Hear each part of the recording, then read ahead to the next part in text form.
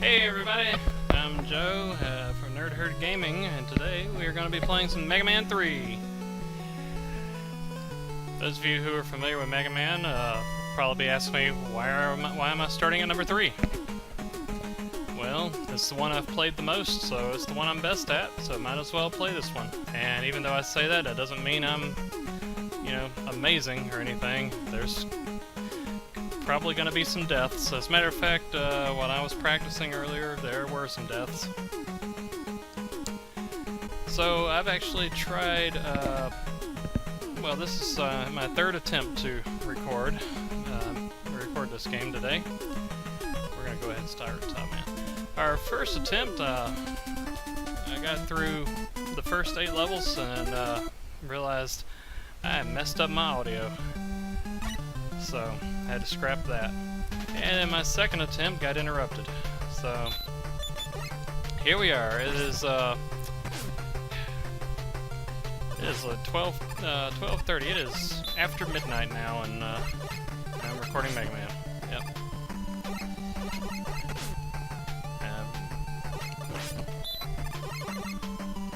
Now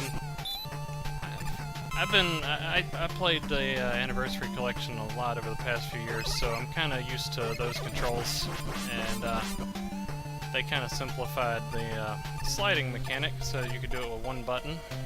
Unfortunately, I'm not playing the Anniversary Collection right now, so sliding has to be hold down and jump. That's going to mess with me a little bit, but oh well.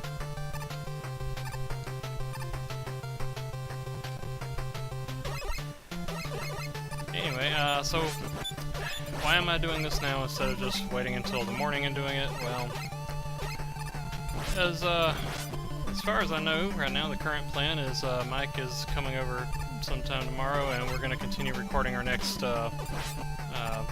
group project. Yeah, we've already recorded quite a few videos on our next project, and I'm still editing those, and not yet ready to upload. But we're gonna go ahead and continue recording it. And like I said, the current plan is for us to continue tomorrow. So I figured I'd go ahead and try to get this done tonight. Anyway, my current plan is to do about 2 levels per video. And so in this video, we're tackling Top Man and Snake Man, which are probably the 2 easiest bosses in this game. Now, Mega Man 3 is kind of infamous for its weaponry. There are many weapons that are less than useful, but if you actually pay attention to the classic series, you should notice a pattern that all the odd-numbered games have weapons that are difficult to use or not quite so useful, and all the even-numbered games have the cool, awesome weapons that pretty much everybody can pick up and figure out and do cool things with. Now, unfortunately, Top Man's weapon is one of those that is less than useful. Certainly not the least useful, but it's right up there. Alright. But thankfully, Top Man has a very easy attack pattern. Just slide under his tops. When he starts spinning, jump over him, shoot, slide under the tops. Repeat. Oh, I jumped too early. Lately, it seems I cannot fight him without at least getting hit once. So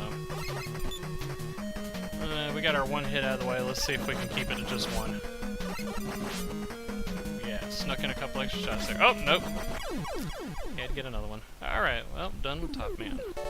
Cool. So, how's everybody today? Hope everybody's doing good. Y'all already know that my day is pretty much just about over. Once I get done recording, it'll be time for bed, but I've had a decent day, I suppose, despite my previous failures at recording.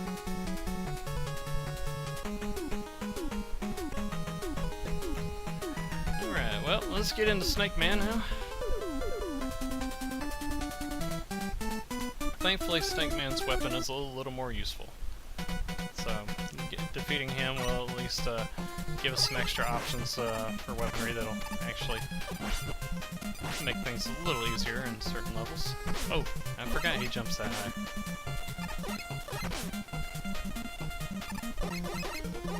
There we go.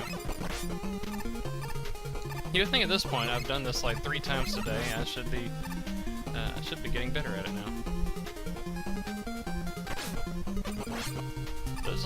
These 3 almost always hit me right after I come off the ladder. I have a hard time dodging their first volley.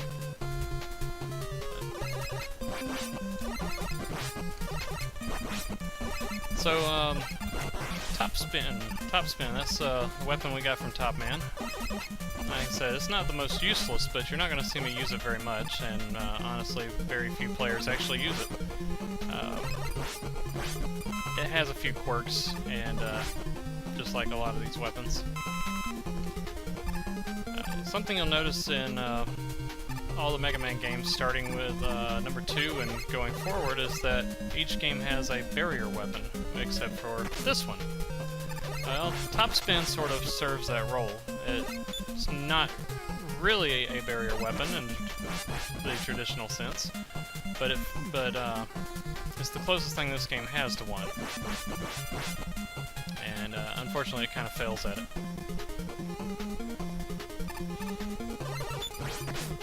These Hammer Joes are only vulnerable when their eye is open, that little red dot in their visor. See?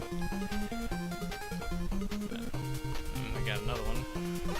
They're not too difficult to beat. The first several of these that we come across during this playthrough are actually pretty easy because of their positioning.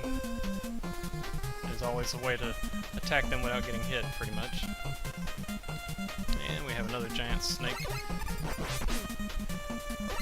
It is advised that you don't get close to the giant snakes because it is a lot harder to jump and maneuver while you're standing on its, I guess you could say, body, I suppose, because these segments are constantly moving up and down. Now this screen is the halfway point for Snake Man's stage, and it is the only halfway point in the classic series that I'm aware of that is actually dangerous. You see, in most of the games, the halfway point is a safe screen, so that when you respawn, there's no immediate threat to you. That way you can take your time and kind of, you know, get back into your groove or whatever, you know. You don't have to worry about, you know, anything attacking you the moment you spawn, except for that screen, because one of those little pole vaulty guys is charging at you, because the spawn point for Mega Man is close enough to the enemy spawn point that he attacks you immediately. But aside from that, that's the only, like I said, that's the only halfway point I know of that is like that. And here in this section, I tend to shoot these floaty bullet things, not to destroy them, but to, but you'll see when they lose their cloud cover, they speed up. So I just shoot them to get them out of my way, usually. Alright. And now it's time to fight Snake Man. Snake Man has a fairly easy pattern, and thanks to that central platform in this room, he's pretty easy to avoid. You'll see what I mean in just a second. You want to stand on this platform when you're fighting him as much as possible, that way you get a little extra height to jump over him. I kind of messed up that jump just a second ago.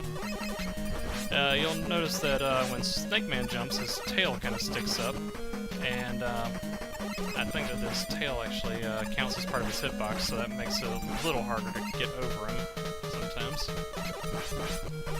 But really, he's not too difficult.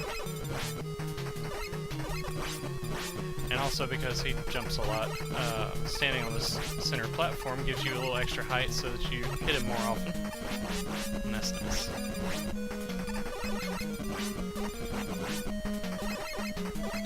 Ah, dang it! I was hoping I was going to defeat him with that, you know, as he was coming down and not take that damage. Oh well, Snake Man is dead now. And we get his weapon, the Search Snake, which Works just as advertised during his fight. Crawls along the ground, up walls and whatnot. Really handy weapon.